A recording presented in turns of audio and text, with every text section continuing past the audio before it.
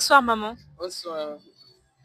Nous sommes ici à la paroisse Saint-Georges et à une activité et on voulait savoir c'est quelle activité, vous êtes qui et comment ça se passe. Je suis Maman Marie-Madeleine Evoloko Eyenga. Je suis coopératrice paulinienne. Je suis de la paroisse Saint-Alphonse. En tant que paulinienne, nous, on fait la communication par les médias sociaux.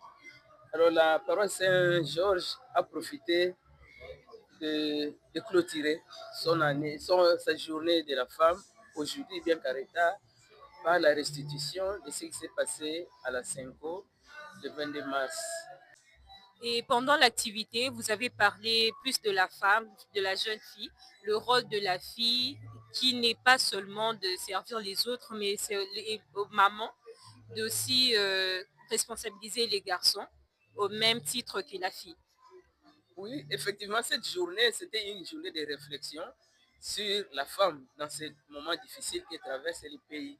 Et le thème, c'était femme, actrice de l'espérance et de la paix. Donc, il y avait trois intervenantes. Il y avait un sujet qui faisait l'état des lieux de la situation que vit la femme à l'est de notre pays pendant ces temps de guerre. C'était présenté par, j'ai oublié le nom, il y avait la femme et l'église qui était présentée par maman, par la sœur Ngadoula, et la femme actrice de l'espérance et de la paix par madame Okonda Ifoku. C'est pourquoi dans la restitution, je ne pouvais parler que de la femme. Et là, j'ai exhorté, quand on fait l'état des lieux, qui ne sait pas ce que vivent nos sœurs, nos filles à l'est du pays. Même ici, avec cette misère, qu'est-ce qu'on ne vit pas?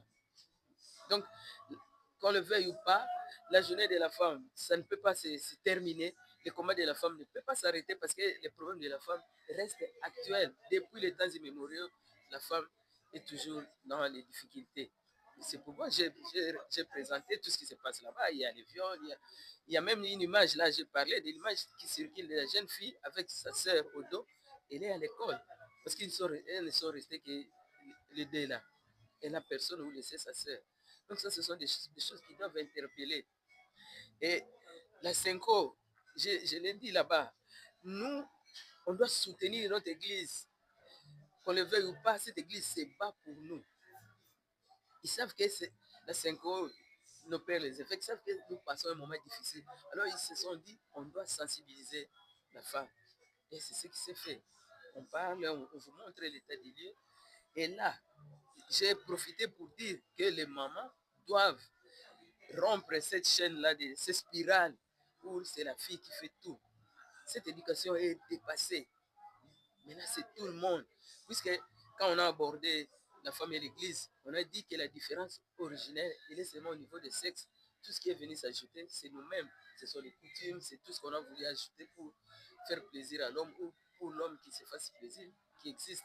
Donc, tous ces tabous-là doivent être surmontés.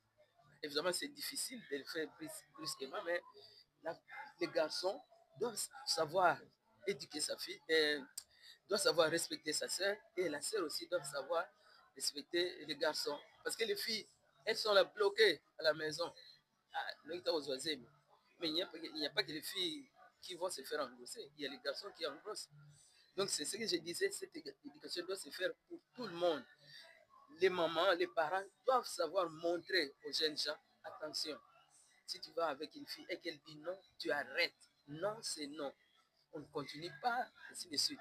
Et la fille, on doit lui apprendre.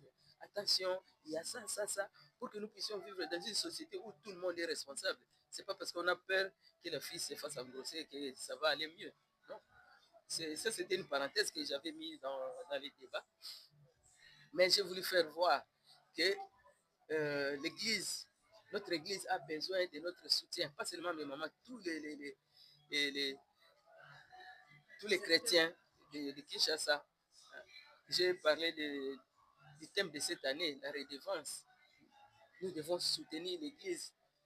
Il n'y a plus de cadeaux qui viennent, des aides qui viennent de partout. C'est à nous à aider notre Église.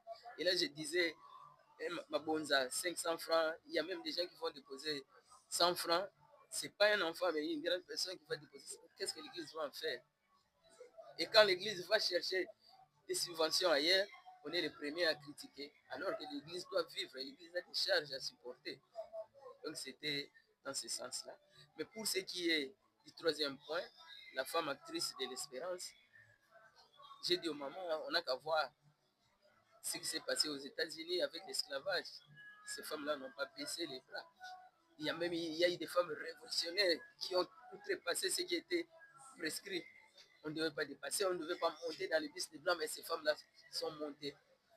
Donc, on ne doit pas croiser les bras, on ne doit pas soutenir l'oppresseur, on ne doit pas soutenir les mâles. Parce que, moi, je suis une femme, je vais faire quoi? Non.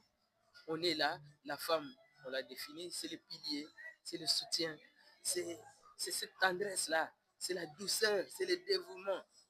Alors, quand une maman baisse les bras, et j'ai insisté pour dire, là, c'est madame, il ne faut pas faire référence à un Corinthien 13, 6, 16, 28 ou quelque chose. On dit que l'amour, tant bien même vous pouvez prophétiser, déplacer les montagnes, mais si vous ne savez pas aimer, votre foi là, elle est nulle. Et là, j'insiste pour dire que nous, Congolais, nous n'aimons pas notre pays.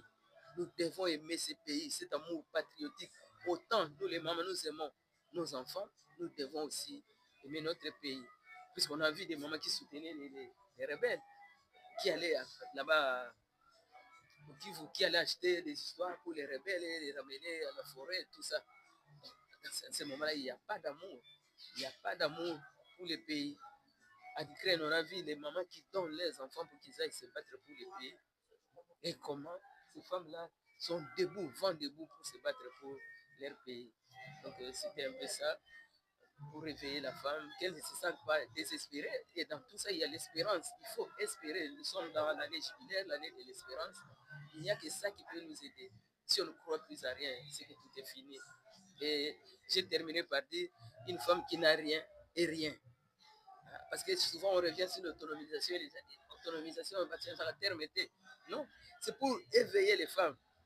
Il faut savoir chercher. Il ne faut pas aller demander partout, tous les jours. Chercher pour soi. Une femme qui n'a rien est rien. Merci beaucoup, maman. Merci pour ces belles paroles, cette exhortation. Nous pensons que toutes les femmes, les filles qui écouteront ça seront motivées par vos paroles. Merci beaucoup.